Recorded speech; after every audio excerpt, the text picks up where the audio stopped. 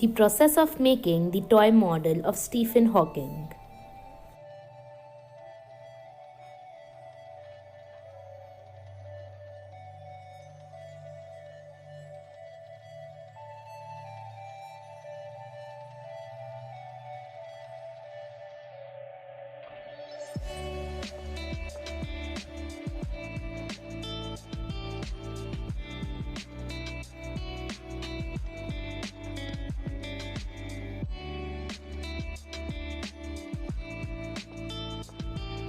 It is a waste of time to be angry about my disability. One has to get on with life, and I haven't done badly. People won't have time for you if you are always angry or complaining.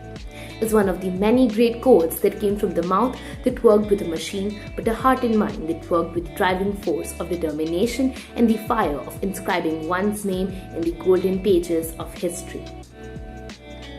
British cosmologist Stephen William Hawking was born in England on January 8, 1942, 300 years after to the death of astronomer Galileo Galilei. He attended University College, Oxford, where he studied physics despite his father's urging to focus on medicine.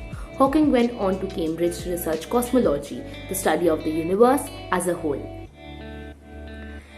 In early 1963, just shy of his 21st birthday, Hawking was diagnosed with motor neuron disease, more commonly known as Asperger's disease or amyotrophic lateral sclerosis (ALS). He was not expected to live more than 2 years.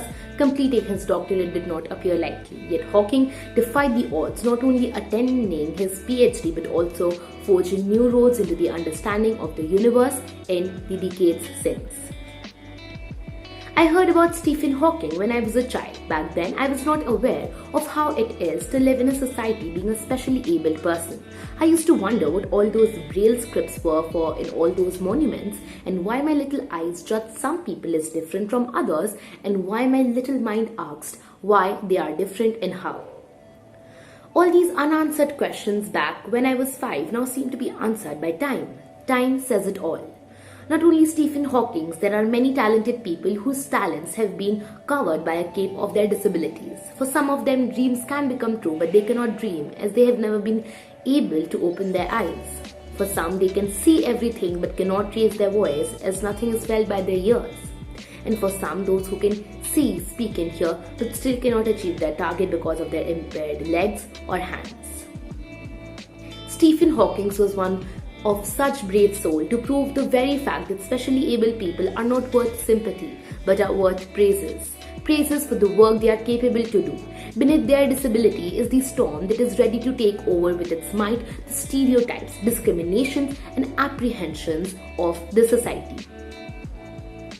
Not only Stephen Hawking, but each day the world shows us a new definition of fortitude, and most of the times these have been people with special needs. From Helen Keller, the first deaf and blind person to earn a Bachelor of Arts degree, to Sudha Chandran, a dancer with a prosthetic foot, the history of great personalities is filled with specially abled individuals. Frida Kahlo, the weak and fragile polio-eaten hands that created masterpieces to be remembered till the end of time, and John Nash, to the brain that gave mathematics formulas while being attacked by schizophrenia. These are only a few names that float on top, but the glass is filled with such names. Inspired by his story and that of many other specially able personalities, I have penned down a poem and gathered what I felt about them being a part of the society and how they feel and want to be included. To be a part and not just stand apart. To belong and not to be isolated. To have friends and not just companions. To feel needed and not just be a person with needs. To be a participant and not just a spectator. To have responsibilities and not just have rights.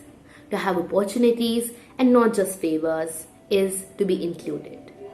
In conclusion, I would like to question upon the mindset of our society and say that judging a person who has special needs does not define who they are, but who you are. Thank you.